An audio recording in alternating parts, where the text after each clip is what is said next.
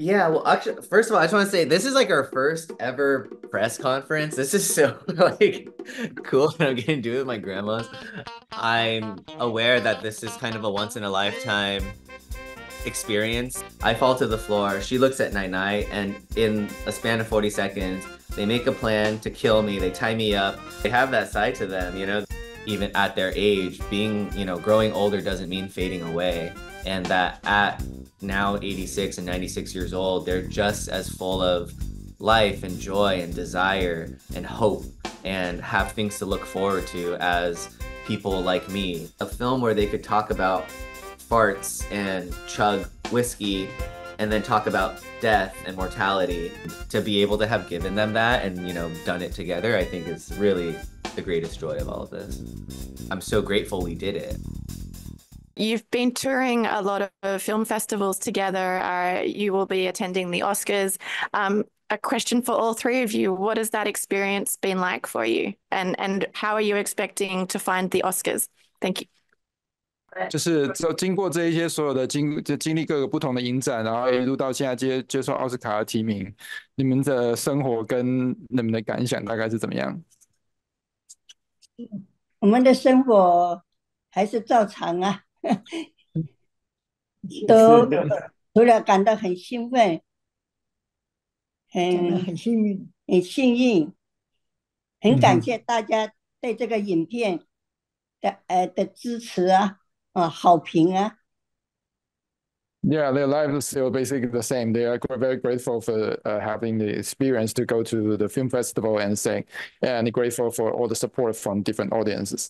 想问问看，奶奶，你们有到处在那个各地不同影展去走红地毯啊，或者是这对你们是一个什么样的体验？一个新奇啊，从来没有想过的事情，你觉得像做梦一样的，做梦都没有做过这样子的梦啊！现在是真的是很让我们好像是到了另外一个世界，不知道怎么样的喜悦、高兴啦。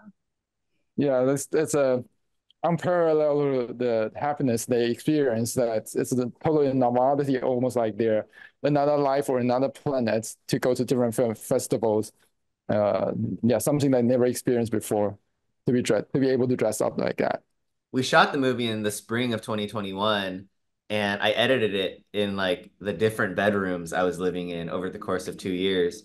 And Sam, my cinematographer and one of our producers on the movie, we really approached this movie with an ethos of kind of like a home video in a way. You know, I think if 2.5, 3 years ago you told us that, hey, like the Oscars, like you take away the Oscars, you take away Disney Plus, you take away, you know, the idea that we actually got to share this movie with a lot of film festivals and won a few awards.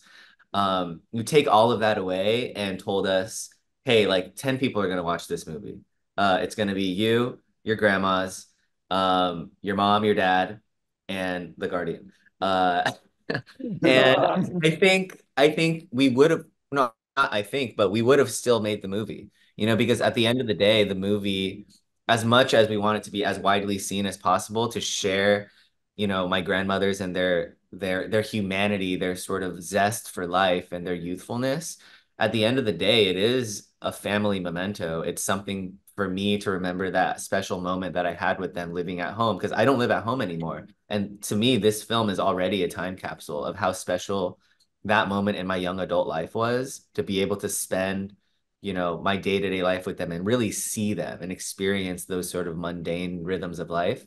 And and yeah, even, you know, 2 years removed from that experience, I'm so grateful we did it. Like I'm gonna be able to look at this film 10 years from now when they may or may not be here on this earth and remember just how special this time was for all of us. So I think now that we're going to the Oscars, it really just feels like this insane journey that none of us ever thought we would ever embark on. But as you can see, they are laughing and smiling and really living it up. And I think that to me is the greatest joy about all of this is, you know, to give them that experience where they feel like at a combined age of 182 years old, they feel like they're in a dream on another planet. They really are creating like a core memory together through this experience. And to be able to have given them that and, you know, done it together, I think is really the greatest joy of all of this. How easy or difficult was it to convince your grandmothers to do this film? And for 外婆 and 奶奶，你们第一次看到自己在荧幕上的时候，有什么感觉还有想法？别人以为自己老了都没用了，是个没有用的人了。但是自从拍了这个片子以后，我觉得我们声音老了，我们还是可以很有用的了，还能够做演员了，还能够拍电影啊，觉得自己还不是个废物了，是个可以做很多很多的事情了，还是可以做了。Yeah, before the filming, she feels like, oh, we are old, we are useless now in our society. But after filming, they realize that, oh, there's still a lot of things we can do. We can still be in characters in the movies, and we can still be a functional bodies in a society. Still a lot of things to do. It didn't take a lot of convincing, you know. I mean, it didn't take any convincing at all. I think, you know, I've been making films and I've, you know, sort of fell in love with photography and cameras at a pretty early age when I was like 13 or 14.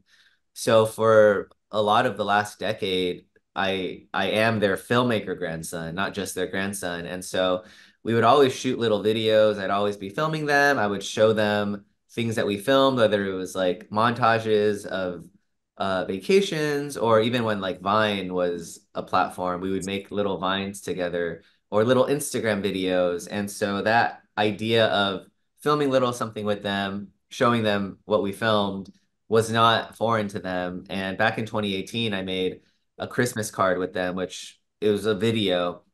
It was a 1 minute long video where it starts off with the two of them dancing, and it's kind of a music video vibe. And then Waipo tries to feed me blueberries, and I say no. Have you seen this video? No. She tries to feed me blueberries. I say no. She says, eat. I say no. You're so annoying. She looks in the camera, slaps me. I fall to the floor. She looks at Night Night, and in a span of 40 seconds, they make a plan to kill me. They tie me up, spank me, gag me with a sock. The wife was doing the worm. They're taking shots. They're lighting things on fire, and they're dig a hole in the backyard, kill me, bury me, and then it cuts to the two of them, and it says "Merry Christmas," and and so in a weird way, that was like a proof of concept video for what has now become an Oscar-nominated short film, because that making that with them was so full of joy and it was so vibrant and there was such a fun creativity to it that felt so pure. And you know, there was something there, and that was in 2018, where I was like, there's something here that there's more to this. There's so much more to this that's bigger and deeper than a 1 minute Christmas card. And it wasn't until 2021 that I think it was creating, using those kind of skits to make a fully realized portrait of who these women are. Nana and Waipo, when did you see the final product, and like how you were portrayed in the film? What did you think about it? And for Sean, like what was the process like for you? I mean, you tried, like you want to portray your grandparents in a 15-minute long film, and how you were portraying them. Was it like how was the process for you? Was it were you nervous? How did it feel? 当你们两位第一次在看到剪接完的影片的时候，看到你们在影片里面看到你自己的时候，你们的感觉是怎么样？你们怎么样看待那个影片？你们觉得那个影片怎么样？当时看到真没有想到说，真的是好像真的是一片影片了，让我们好高兴，好高兴，就一直叫这个，我们孙子要陪跟我们看，一遍再一遍的看了，我们很喜欢呐，很高兴呐，谢谢大家的关爱，把了这个片子给大家看了，他确实是一个平易近人的人呢，让我们这个老人呢觉得很开心呐。他在家的时候一下来，每天早上就是奶奶好，外婆好，同时还跑过来 hug 一个，很亲切，真是，谢谢大家对他的关爱，谢谢。Okay, so when they first saw the film, they feel very happy and interesting to see that, and because like the grandson Sean is like such a lovely person, always like giving them hugs and things. So they're grateful to see the whole result, and they're very happy of it. And for Sean, regarding the process, like could you describe how you approached making this film? The process and the North Star with making this movie was we didn't go in with a ton of like a master plan of what this movie was going to be, other than we knew we wanted to make a film that was a container for all of the different like multitudes of their lives, you know, the joy and like not just the joy, but the really silly joy, a film where they could talk about farts and chug whiskey and then talk about death and mortality and what it feels like to lose your friends and what it feels like to think you only have a year left on this earth. How do you put those two things next to each other in a way that doesn't feel like two different movies? Because those two elements of the movie are honest to these two as humans. So I think that was our job as filmmakers was, you know, how do we balance these two very viscerally different tones. And we didn't really know that going into it, but we knew that that was what the movie needed to be. And so moment to moment, it was, you know, in a weird way, the complete opposite of how I'm used to making things, where typically it's very, very planned. I know how it's all going to cut together, but I don't know if it'll work. I don't know if it'll have that magic. And then in this sense, it was almost while we were shooting, it felt so organic and it felt so alive while we were shooting it. And me and Sam were like, this is special. We know what we're shooting is special, but we had no idea how it was going to cut together. But we knew that we would figure it out. And that's, you know, part of why it took a long time to edit because it was trying to figure out how to create the clothesline that all of these tones could live on without it feeling like they didn't belong. It's been quite a well, I guess the end of last year was pretty amazing for you. How does it feel now that the dust has settled a little bit, winning the audience award at Sundance and then just days before that getting an Oscar nomination? How does it feel now? I mean, it feels surreal. It really does. I mean, we're doing a press conference with my grandmothers and, you know, like seeing them answer all these questions and I'm just kind of sitting here. It's really fun and special. And I'm aware that this is kind of a once in a lifetime experience that I'm having, and that we're having together as not just me and the two of them, but as a family as well. So I don't know that the dust has settled. You know, we've been kind of really going and going. And certainly leading up to the Oscars, it still doesn't even really feel like I say it out loud and it doesn't feel like a real sentence. And so I think after the Oscars, hopefully I can take some time to just kind of journal and really process what happened these last couple of months. 这一次是孙子拍奶奶跟外婆，如果下次要换外婆跟奶奶要拍孙子，你们会想拍什么？And also for you, Sean, what do you think your grandmas would shoot of you if they were the director? 先奶奶跟外婆，你们会想要拍孙子什么？我们想拍他，你讲吧，你的孙当然子想啊，我的孙子我们能够跟拍这个孙子，可是一看我的孙子，他一定也很高兴啦。那我还是希望他能够帮我外婆跟奶奶跟孙子也陪在一起呀、多开心呐、你没有你没有说到重点，他问你，我是说，如果我做外婆的来拍我这个孙子，我要把他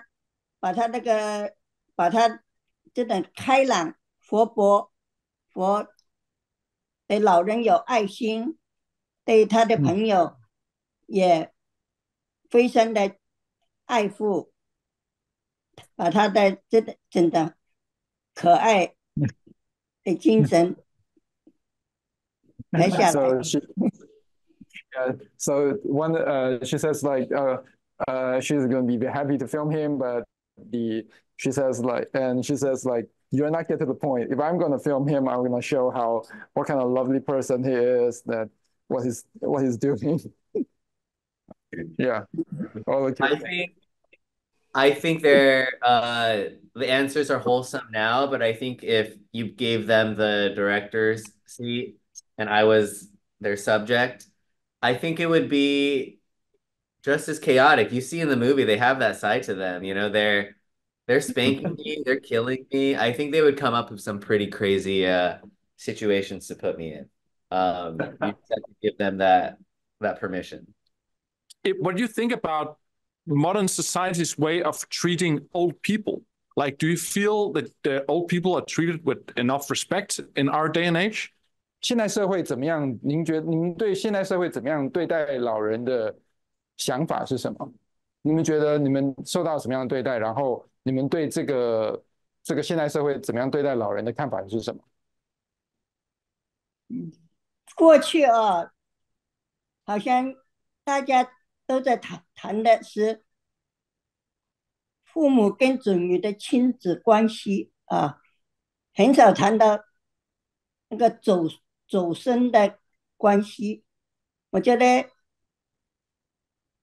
现在我们觉得希望这个片子是大家观赏以后啊，生儿辈啊，能够对他们的祖父母跟外公外婆或者是爷爷奶奶都能够有一种很亲切的关系了啊，对老人能够爱护他们了，给他们爱了，常常给他们关心了，跟他们也可以在一起，有很亲切的互动了。Like she feels like in the past, when it comes to elders' life, it seems talked more about the relationship between the elders and their children, which means like the elders and their sons, like probably in their mid-age, rarely talks about like the relationship between the elders and their grandchildren. So they're hoping this film will have bring a little more awareness or kind of examples between the relationship between the grandparents and grandchildren, and they wish there was more intimate communications between these two generations. So much of what inspired this movie was the fact that people like my grandmothers in our country at the time in America, and especially in the Bay Area when we shot the movie, were sort of being kind of dehumanized. You know, it was kind of a reaction to a lot of the anti-Asian hate crimes that were happening in the Bay Area, in our backyard. It felt like people like them, my Nainai and Waipo, were sort of kind of being targeted, and it really was that. It was like, I feel like people like them were being so overlooked and kind of relegated to this victim hate crime. And I sort of felt like you take one glance at them, you get to know them, you spend a few minutes with them, and you see this joy, you see this, you know, people that are so three-dimensional and so human. And that's what I sort of felt like. I felt like elderly people in our societies, but especially elderly Asian people in our communities, were sort of really being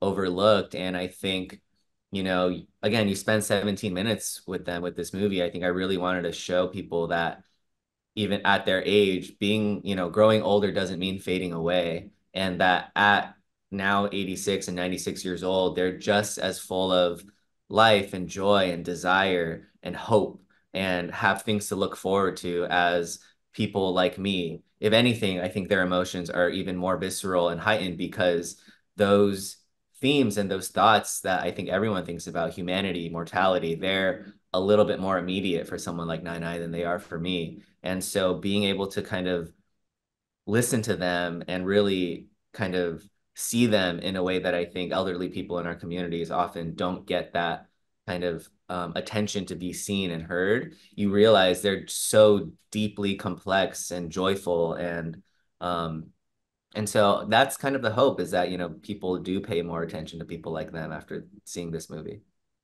There's a lot of interest in this film here in Taiwan. Waipo and Nai, you moved away a very long time ago. Do you still feel connected to Taiwan, and how much contact do you still have with people here? Do you come back very often? What is your connection like still with Taiwan? 那你们两位看来似乎是在很久以前就已经搬到美国去了。那你们这部最近有很多电影关于台湾的也广受欢迎，受到大家的注目。你们觉得你们自己在台湾这边还有多少亲友或者是朋友还有在联络吗？你们自己现在对台湾这边的感情又是如何？你们还常常回来台湾吗？我们在台湾，我是来台湾来美国才是13年前才来的美国啦。在美国，美国还有儿子一家人，还有2女儿一家人，也还有一些亲戚啦，嫂嫂啊，好朋友啊，都在台湾还有不少的亲人啦。那我来美国以后，我最大的感觉就是美国是一个对老人很关心的啦。美国政府对各国来的美国生活的老人都很关心，都很爱护。还有我最喜欢我们现在住的地方，你对台湾有什么感觉？在加州的那个气候，不冷不热的，我非常喜欢这边的气候。可是你对台湾有什么感觉，外婆？你会想台湾吗？当然会想啊，我在台湾住了几十年啊，所以我也有常回台湾了，也会常回台湾，跟台湾的儿女团聚啊。Okay, so they still have children in Taiwan and then the friends and other things. So she fly back to Taiwan quite often. She only moved to the US like 13, 14 years ago. But one thing that she likes the United States is like the society cares about the elders from her point of view. And yeah, and she likes the climates there. I think in Bay Area, she feels like it's not too cold, it's not too hot. But still, like she likes Taiwan and seems to still have many friends there. She comes back quite often. 谢谢大家对这个影片的支持，跟那么多好的家评，感谢大家给我们的奖励，也谢谢大家这么爱护我们的外甥王相胜。